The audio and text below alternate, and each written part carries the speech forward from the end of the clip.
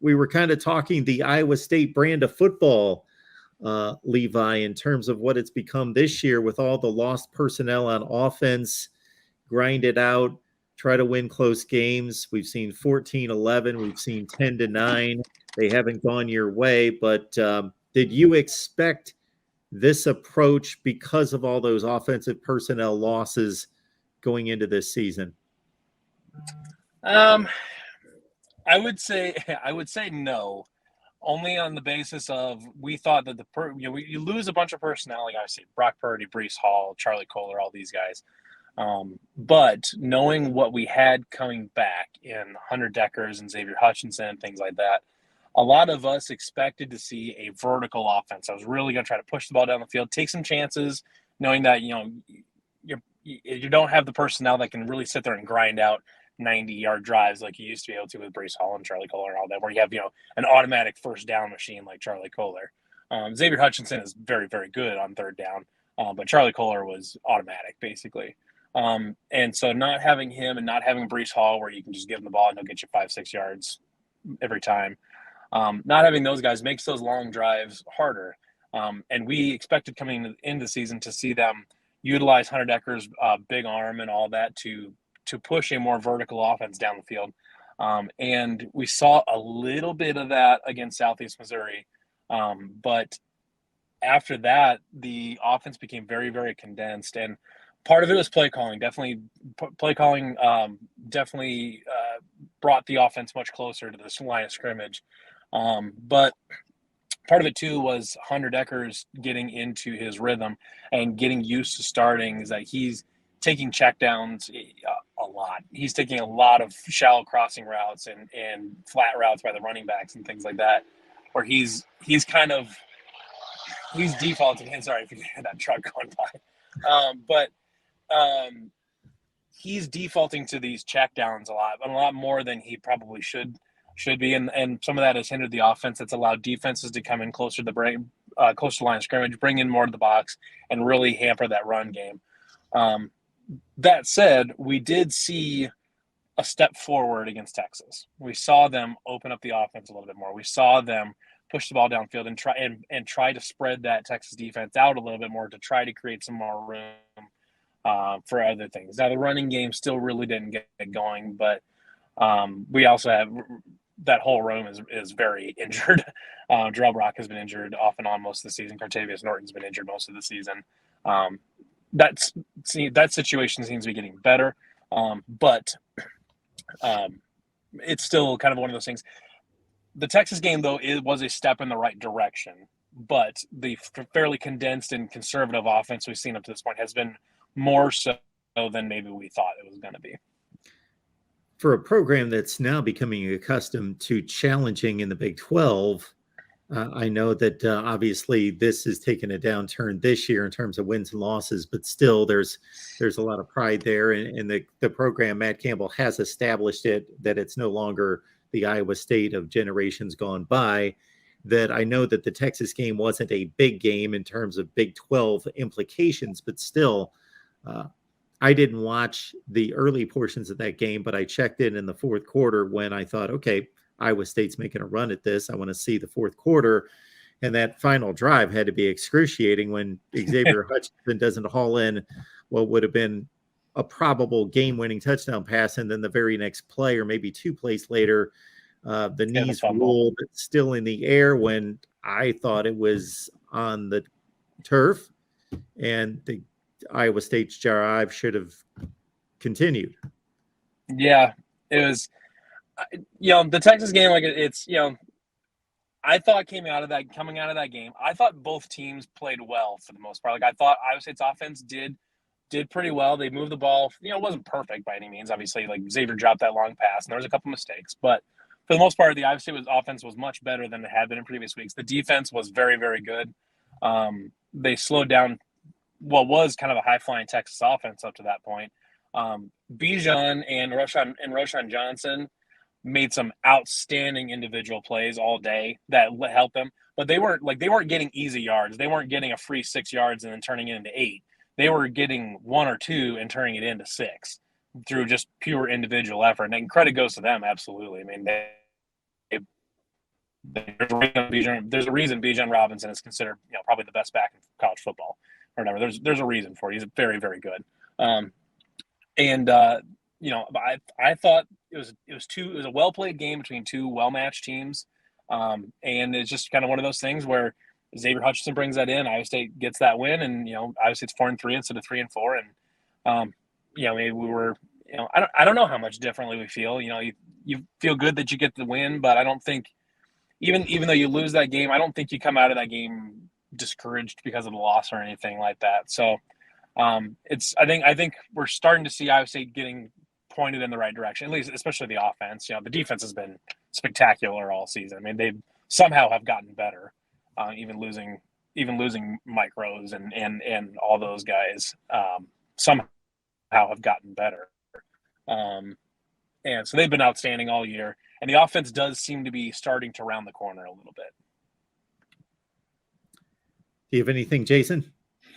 Well, I think it's interesting in this game when you look at it, from the outside looking in here, it looks like you've got strength against strength with Oklahoma's offense going against Iowa State's defense, and then kind of relative weakness versus weakness in terms of, relatively speaking, Iowa State's offense going against Oklahoma's defense that has been much maligned coming into this obviously this week over the last 3 or 4 games, just playing as bad as they've played and really just in quite some time, and it's been even worse before that, obviously, I mean, which has been recounted time and time again, but kind of interestingly that it's gotten worse this year. So I think from your perspective, yes, I agree with you, Levi. The defense has been really, really good, and probably a bit of surprise from the Iowa State side. So what's the feeling from a game plan perspective kind of coming into this game? Is it very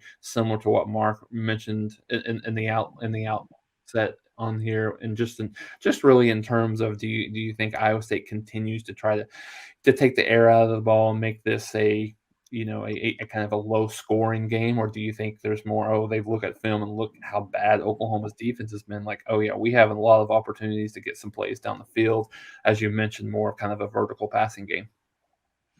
Are you speaking from like Iowa State's offense to Oklahoma's defense? Yes. Yeah. So I think they're going to look at that and see that Oklahoma has really struggled both to defend the pass and the run. And teams, and I was looking at some stats last night, and teams are running more on Oklahoma's defense more than they're running on almost any defense in college football.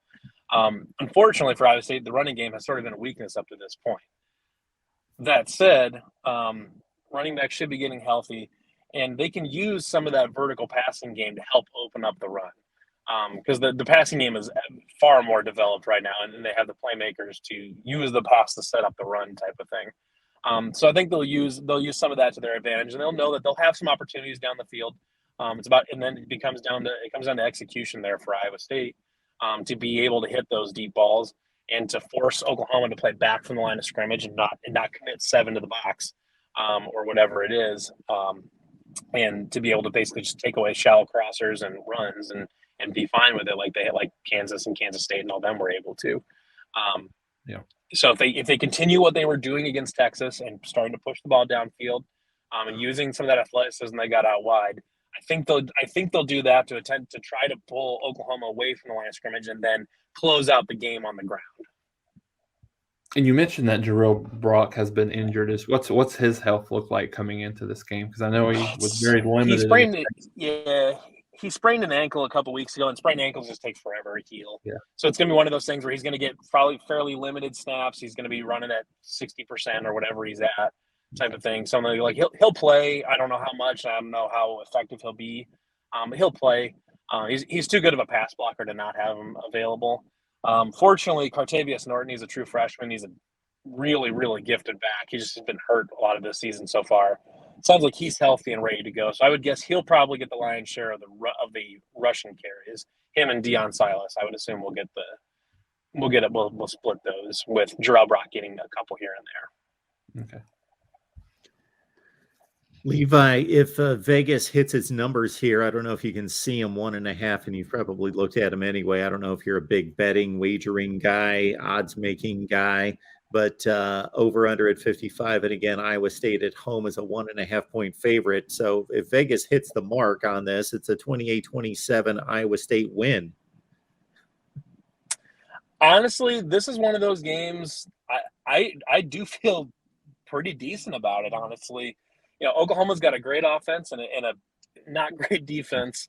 But I think Iowa State's defense is one of the probably 5 best in college football right now. If you look at like opponent adjusted yards per play and stuff like that, I mean, they're an outstanding defense. And by design, Iowa State's defense is basically built to stop Oklahoma's offense, where you get some of these zone run types concepts, and you've got lots of old air raid passing designs. I mean, the defense was built around stopping Oklahoma, and the Oklahoma offense isn't like structurally super different from what it was under Lincoln Riley. They're running the ball more, but schematically, it's not a lot different. So Iowa State's defensive scheme fits, trying to stop Oklahoma really well. The personnel's there. If barring some sort of catastrophic special teams play, which isn't out of the realm of possibility because special teams has been bad, but if Oklahoma is forced to drive 75, 80 yards on almost all of their drives, I think they're going to struggle to put up a big point total. So then it comes back to Iowa State's offense. Is it going to be the offense we saw against Kansas State and Kansas, and where they're going to struggle to move the ball because they can't get out of their own way, or is it going to be what we saw against Texas, where they're pushing it down the field and they're really trying to take advantage of all that athleticism they have at the wide receiver position? If that shows up and we see a progression of what we saw against Texas, I like Iowa State's chances. And if you're ever going to try to pick off Oklahoma for the 3rd time in 6 years, this is probably about as good a time to do it because they're definitely down. And Iowa State's defense is going to keep them in every single game they play. I talked about it last night on my own podcast, is that we're, just because of how good this defense is and how inconsistent this offense is, we're probably doomed to play 1-score games for the rest of the season. But I do like our chances. This is how different these two teams are playing. Okay, we're going to throw out the Texas game. Okay, that was a 24-21 or 45-point total for the Iowa State side, and 49-0, of course. If I do the math right, I think that was a 49 total for the Oklahoma Texas side. But if we look at Kansas and Kansas State, look at those two matchups. When Oklahoma played Kansas, they put up 94 points total. When Iowa State played Kansas, they put up 25. And when Oklahoma played Kansas State, they put up 75. And when Iowa State played Kansas State, they put up 19. These are two, when I look at that point total that Vegas throws up at 55, I figure, yeah, they're just splitting the difference between Oklahoma's insane offense / inept defense versus the type of games that Iowa State's posting, where they're just taking the air out of the ball, playing great defense, trying to limit it to one possession, and let's see if we can win in the 4th quarter. Yeah, it's an interesting one, and that I don't really see this game ending up in the middle. I think it's one way or the other, actually. If Oklahoma figures something out, finds some spots on the defense, then maybe and there's enough possessions. Like if Iowa State's pushing the ball downfield and getting short offensive possessions, and Oklahoma finds something here or there, then you could get a higher scoring game. I would wager it's going to go the other way, probably. I think this is probably going to be a lower scoring game where both teams are in the 20s or lower.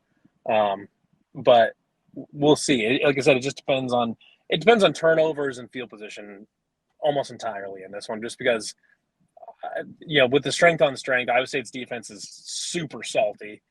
And, I was kind of going through this in my mind last night a little bit, just thinking about this is probably going to be, I don't remember every team he played at UCF and Florida State.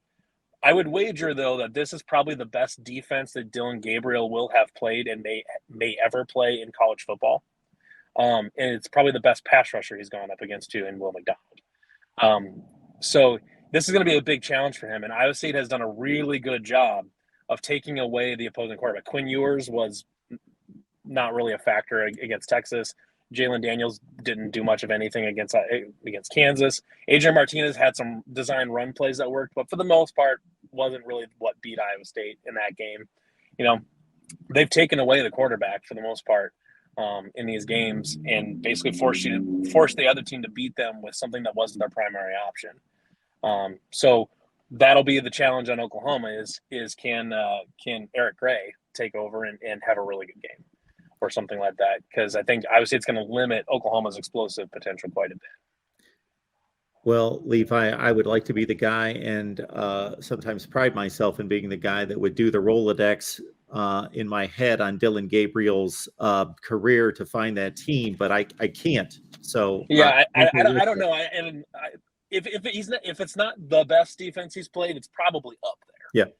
Yeah. So maybe this would be a big defense challenge. might have been from a talent perspective right there, but that's about it. Exactly. Right, exactly. Like it's way up there, and it'll be a big challenge for Dylan Gabriel, even in an offense that's very friendly to his skill set, which is exactly what an offense is supposed to be. Right. So that's it'll be a really fun because it's a big strength against a big strength and a big weakness against a big weakness. Yeah. So it'll be interesting to watch for sure. It'll be the whole unstoppable force, immovable object thing. Yeah, I think, I mean, to your point, I think whichever team can really make the other team play their game is going to win. Like, for instance, just looking at some of the previous scores, I think Oklahoma would love a 2019 game where it was a 42-41 40s. Yep. Yeah, but the last couple of games have been 27-21, 28-21. So if it's a high-scoring game, I would say it's probably not hanging with Oklahoma on offense. But if it's a low-down rock fight, I like Iowa State's chances. Hey, Levi, if you've got one more minute, I only have one other thing. I would like to get the trajectory on this program. So even though this is a down season, do you still feel good about what Matt Campbell's doing and the trajectory up and what we've seen over the last 3 to 4 years? For sure. The depth on the roster is far above anything we've seen from a recruiting standpoint. The defense still continues to be very, very good. One of the best in college football on a year in, year out basis. And the offense is really – the biggest thing that the offense has going against it is it's really young. And that's just what it is. Lots of turnover. It's really young. You know, after this season, Hunter Deckers will still be back. All the running backs will still be back. The only receiver you're going to lose is Xavier Hutchinson. He could technically come back, but I would be kind of surprised if he did. You know, you're going to have most of your playmakers back. You're going to have most of that offensive line back. So you're going to get a lot of it back. It's just one of those things where it's a big turnover year, lots of young players, and that's just kind of, you know, going through some of those growing pains. But overall, though, the program is still absolutely on a great trajectory to continue to be a contender at the top of this Big 12 and the new Big 12. Anything else, Jason? No, I don't think so. I think it's. I mean, you mentioned it, Mark, before Levi came on, but it was interesting. These two teams played for a Big 12 championship a few years ago, and now a little bit different circumstances. But you know, I think it's always between these two teams. It's always you know, a very close game. I'm looking here. It's been every single game in the Matt Campbell era has been 10 points or less. Yeah, I was gonna say it's been a 10-point game or less since. And even that 10-point game when Kyler Murray was here, when Kyler Murray was at Oklahoma State, when I was at Oklahoma, it was a 10-point game, and that it didn't play like a 10-point game. There was kind of a garbage score at the end to extend the lead, but that was a close game even. So. Yep.